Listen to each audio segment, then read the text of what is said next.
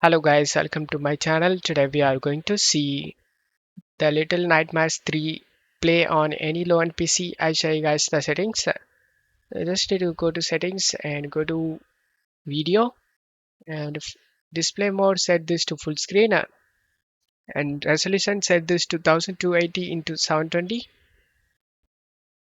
After changing the resolution, if you feel like screen is blurry, then change it back to your monitor's resolution, and then anti-aliasing off, anti-aliasing quality off, v-sync off, frame limit set this to 60 and select the advanced option and select are you sure want to save these settings, select yes option to save it. Uh,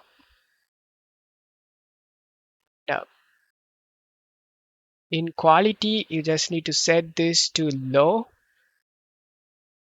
then just press the escape key and select yes to save these settings, and the settings all been saved. Just go back and play the game. This is how the game looks like, and doesn't feel too bad guys. You can able to play the game without any lag, and this is best settings for low end PC. And don't fight the level like guys. Thank you.